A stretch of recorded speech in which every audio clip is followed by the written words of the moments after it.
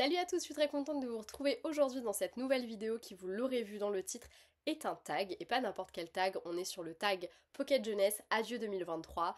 Je trouvais que c'était des circonstances pour ouvrir un petit peu la porte à d'autres vidéos que les objets de lecture, les book hauls et ce genre de conneries, puisque y en a marre de filmer tout le temps la même chose. J'avais très envie pour cette année 2024 de revenir avec plein d'autres choses, et évidemment les tags font partie des autres choses que j'ai envie de vous présenter. Du coup, eh bien aujourd'hui ce sera le tag Adieu 2023 de Pocket Jeunesse, parce que je l'ai trouvé assez sympatoche. J'ai trouvé qu'il nous permettait de revenir vraiment en globalité sur toute une année, et j'ai trouvé que c'était plutôt cool. La première question, il s'agit de nos 3 meilleures lectures de l'année. Et pour le coup, ça a été... En fait, c'est fou parce que ça a été à la fois compliqué et assez facile de trouver les 3 livres. Parce que j'ai eu des coups de cœur, certes, mais j'en ai pas eu 6 tonnes non plus, quoi, tu vois. Donc, voilà. Le premier roman, il s'agit de The Gilded Cage de Lynette Noni, la suite de The Prison Healer. C'est publié chez Hachette et ça a été un de mes gros coups de cœur. Je pouvais pas ne pas le citer dans cette vidéo et ne pas le citer comme coup de cœur parce que pour moi ça a été vraiment une lecture qui était hyper marquante. J'ai adoré cette saga et je pense qu'une des sorties que j'attends le plus cette année, c'est notamment le tome 3 qui sort au mois de février ou mars, je sais plus, un des deux.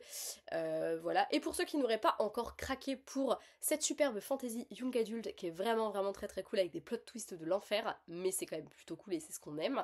Le tome 1 va sortir en poche, je crois que c'est au moment de la sortie du tome 3.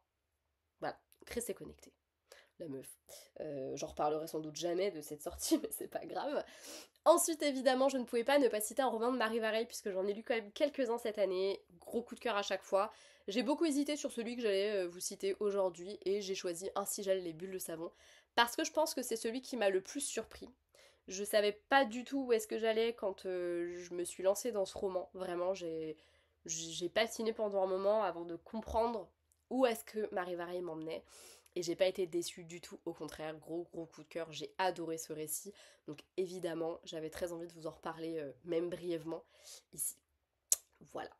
Et le dernier, un petit thriller pour la route, parce que tant qu'à faire, j'ai adoré La femme de ménage de Freda McFadden. Pareil, c'est un roman qui m'a bluffé. En fait, c'est 3 livres qui m'ont surpris, parce que j'estime que pour être un coup de cœur, moi, il faut me surprendre.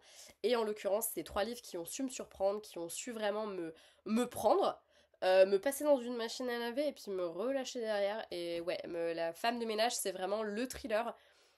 Je m'attendais, en fait, quand j'ai commencé, j'avais l'impression de lire quelque chose que j'avais déjà lu. Et finalement, bah non. Voilà.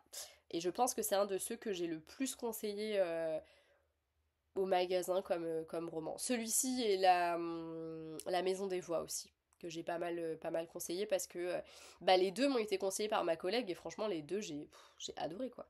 Vraiment. Mes 3 plus grandes déceptions. Deuxième question du coup. Je l'annonce pas, je me lance comme ça, mais bah, du coup, il y a eu Scottish Lover de Déborah Guérand. Je crois que c'est chez HarperCollins et j'ai pas du tout accroché.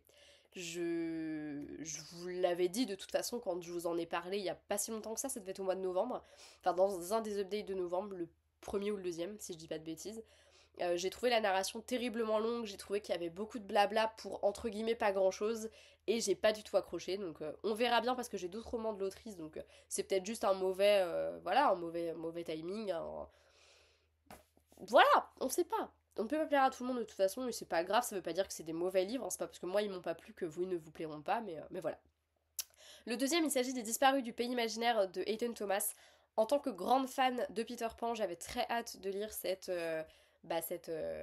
réécriture de ce conte et j'ai été assez déçue, j'ai pas forcément trop aimé, j'ai trouvé ça également très long et ouais, j'ai pas du tout été bluffée par le truc et j'ai pas trop compris le délire, donc tant pis. Je pense en fait que je m'attendais à autre chose et j'aurais aimé, je pense, voir autre chose.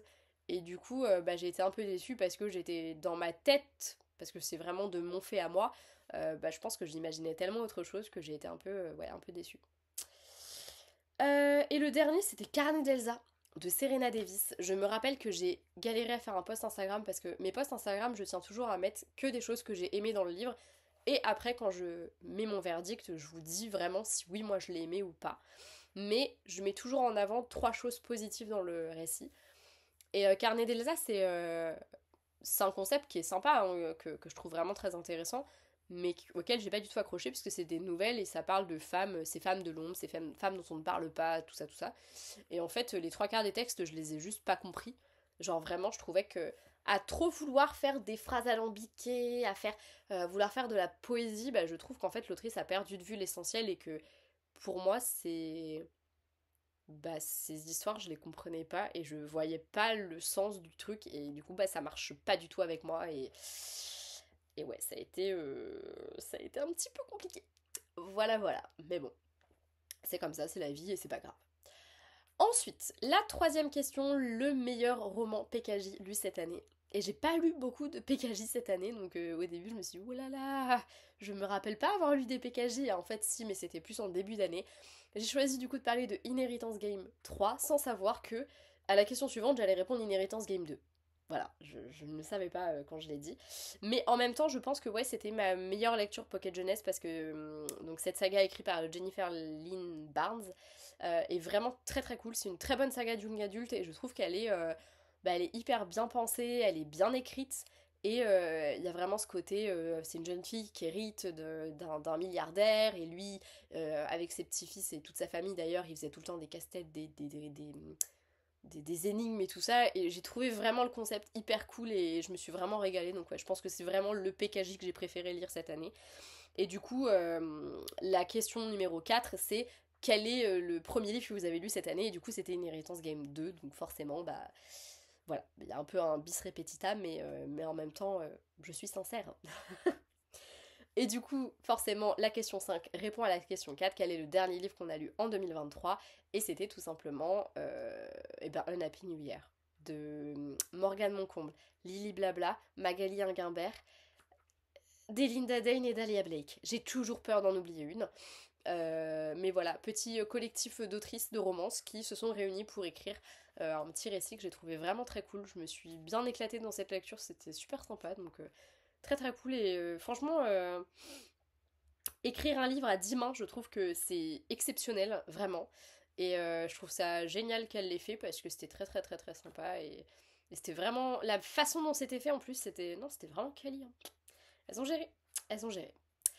La question 6, enfin, c'est pas que j'ai eu du mal à la comprendre parce qu'elle n'est pas compliquée, mais la question précisément c'est le livre avec la plus belle couverture. Mais du coup, est-ce que ça veut dire le livre qu'on a acheté qui a la plus belle couverture, le livre de notre bibliothèque qui a la plus belle couverture, le livre qu'on a lu Enfin, vous voyez, c'est un peu... Du coup, j'ai choisi un livre que j'ai lu dans l'année 2023, à savoir Un royaume de chair et de feu. J'ai eu un gros doute sur le feu, de Jennifer Ellerman Shute, qui est du coup la suite du Sang et la cendre. Sang et la cendre que j'avais détesté. J'avais adoré l'univers, j'avais trouvé les personnages sympatoches, mais j'avais eu trop de trucs qui m'avaient crispé de ouf. Du coup, j'avais moyennement aimé. Et gros coup de cœur pour Le Royaume de Chair et de Feu, là. Et très beau livre. Très très très très beau livre, puisque j'ai l'édition reliée de De Saxus qui est trop belle et que j'aurais dû préparer pour vous le présenter, mais comme il est vraiment en dessous tous les autres, je ne vous le montrerai pas, mais le cœur y est. N'hésitez pas à aller voir mon update lecture, ça devait être courant janvier si je dis pas de bêtises. Voilà, voilà. Ensuite, numéro 7, une saga terminée. Eh bien, j'ai terminé la saga Dynasty d'Ilona Andrews. Alors, oui, peut-être que ils vont sortir des tomes sur la sœur, qu'ils n'ont pas sorti des tomes sur elle, mais que peut-être en fait ils vont en sortir. Ouais, peut-être. Mais en attendant, la saga là, elle est finie. Il n'y a même pas de tomes qui sont sortis en VO. Donc, pour moi, Dynasty, ciao, bye bye, c'est fini dans les médias. Après, évidemment, s'ils sortent des tomes sur la troisième sœur, je lirai. Mais voilà, très contente. C'est une saga de Bitlit et c'est trop sympa. Je vous conseille vraiment de découvrir Ilona Andrews. C'est un couple et ils font des trucs assez dingos. Là, cette année, j'aimerais bien lire Kate Daniels parce que j'ai les 4 premiers tomes. Et j'aimerais aussi peut-être commencer leur saga Dina 2000, je sais pas trop comment ça se prononce, mais on verra bien. En tout cas, cette année, je veux lire à balle de l'urban fantasy. Ça fait 2 ans de suite que je dis la même chose et que je le fais pas. Mais on sait jamais. 2024 sera peut-être l'année où, hein, qui sait. Question numéro 8, la maison d'édition la plus lue. Et ben j'avoue que j'ai été très étonnée de découvrir que c'était Hugo. Hugo et compagnie. Donc principalement des Hugo romans. Bah d'ailleurs que des Hugo romans, je crois que j'ai lu que ça. Mais j'ai été très agréablement surprise de voir que bah, c'était du coup les livres que j'avais le plus lus. Je suis assez étonnée parce que, pareil déjà de découvrir que c'était le genre que j'avais plus lu, la romance, j'étais un peu étonnée parce que j'ai pas eu l'impression d'en lire plus que ça cette année. Mais en fait, bah si. Comme quoi, c'est vraiment un genre vers lequel je retourne systématiquement. Et des Hugo, j'en achète très peu. Des poches, pas mal, mais des grands formats, à part d'occasion, j'en achète quasiment plus.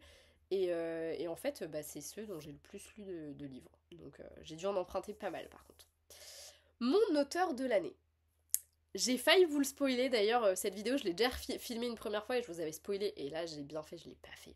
Mais en même temps, j'en ai parlé tout à l'heure, je pense que mon auteur de l'année c'est Marie Vareille, sans aucun doute, parce que je la connaissais déjà, j'avais déjà lu au moins un ou deux de ses romans avant cette année. Mais cette année j'en ai lu trois, j'ai eu trois coups de cœur. À chaque fois c'était une claque dans la gueule parce que je sais pas comment le décrire autrement. Et j'ai adoré ça. Et là, je sais qu'elle sort son prochain roman très bientôt et j'ai trop hâte, genre vraiment trop hâte. Et je serai au rendez-vous parce que je sais que je vais me prendre une claque dans la gueule et que ça sera un coup de cœur. Donc avec plaisir, je prends. C'est des claques qu'on aime, tu vois, qu'on aime se prendre. La question numéro 10, il s'agit du dernier livre qui a intégré votre bibliothèque, donc en 2023, hein, je compte, hein, on est toujours sur l'année 2023, parce que sinon, évidemment, on est le 10 janvier, vous pensez bien que des livres ont rejoint ma bibliothèque depuis. Bah oui, hein, ne s'appelle pas Anaïs qui veut. Il s'agit de Harry Potter et le prisonnier d'Azkaban de Rowling, dans l'édition Minalima. Parce que du coup, comme je me fais la collection, j'ai réussi à les dégoter alors qu'ils ne sont plus édités, donc j'étais très contente. C'est pas bien, j'ai commandé sur Amazon, j'essaye d'éviter au possible. D'autant plus que c'est complètement con parce que enfin, en travaillant chez Cultura, j'ai forcément un petit pourcentage sur ce que j'achète en magasin, donc c'est très très con de les acheter là-bas, mais en même temps, je les voulais à tout prix et comme ils ne sont plus disponibles chez l'éditeur, j'ai pas eu trop le choix. J'aurais pu juste attendre qu'ils soient de nouveau dispo, mais la patience est une vertu que je ne connais point. Voilà, donc voilà. La question numéro 11, le livre dont vous avez le plus entendu parler, sachant que ça peut être un livre qu'on a lu ou qu'on n'a pas lu. Et moi, tout de suite, le premier livre auquel j'ai pensé, c'est Captive de Sarah Rivens. Parce que non, je ne l'ai pas lu. Mais oui, qu'est-ce que j'en ai entendu parler, bon sang. On me l'a redemandé encore aujourd'hui. Voilà. Et voilà. C'est un livre que je ne lirai pas, ça m'intéresse pas, c'est de la dark romance et moi j'aime pas ça, je vous l'ai déjà dit. Le max que je fais en dark romance, c'est les Tainted Hearts, donc il faut que je lise le tome 2 et voilà. Euh, mais, euh, mais ouais, je pense que c'est le livre dont j'ai le plus entendu parler, je pense que c'est le livre qu'on m'a peut-être le plus demandé, c'est celui duquel j'ai le plus débattu avec des collègues, dont j'ai le plus parlé, donc, et que j'ai le plus vu passer, que ce soit sur les réseaux, en publicité, sur les réseaux également, mais voilà, donc ouais, je pense que Captive, je pense qu'il a encore une belle vie devant lui, tant mieux, même si moi c'est pas trop ma came et que j'ai un peu de mal à l'idée de voir des gamines de 14 ans qui achètent ça, j'ai du mal avec le concept, mais pourquoi pas, après euh, des gamines de 14 ans, je trouve que déjà de la romance un peu explicite, c'est peut-être un peu tôt, mais après, bon, bah, de toute façon, ouais, on les empêche pas de faire ce qu'elles veulent dans leur chambre, hein, et puis je préfère qu'elles lisent des trucs et qu'elles sachent ce qu'il en est plutôt que de regarder des... Enfin, tu me diras, des fois, il y a certains trucs, c'est pas mieux que les pornos, hein. Mais bref, chacun voit midi à sa porte, mais moi, 14 ans, je trouve que c'est très jeune pour lire Captive. Bon, on va pas débattre sur le sujet, de toute façon, après, chacun fait bien ce qu'il veut, de toute façon, il y a des gamines de 14 ans qui sont très matures et qui potentiellement comprennent que Captive, c'est pas la vraie vie. Bref. Dernière question, et on va s'arrêter sur Captive que je vais laisser tranquille parce que j'ai pas envie de cracher dessus, je l'ai pas lu, je peux pas me permettre de dire quoi que ce soit.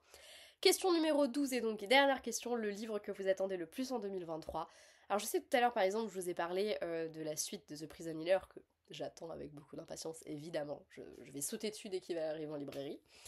Mais celui que j'attends le plus c'est Crescent City le tome 3 de Sarah Gimas parce que la fin du tome 2 en fait, juste ça, juste là bah non, je veux la suite.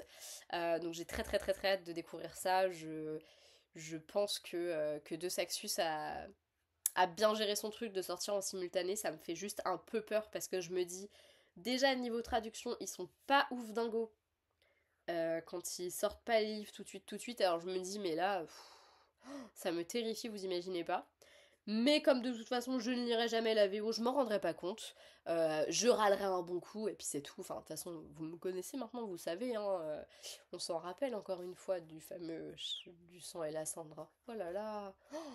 Et c'était il y a 2 ans, mais moi je me rappelle très bien. J'étais pas contente. Purée, ouais, de Saxus, ça a pris très cher cette fois-là. Ouais, si vous n'êtes pas des anciens, vous ne saurez pas de quoi je parle.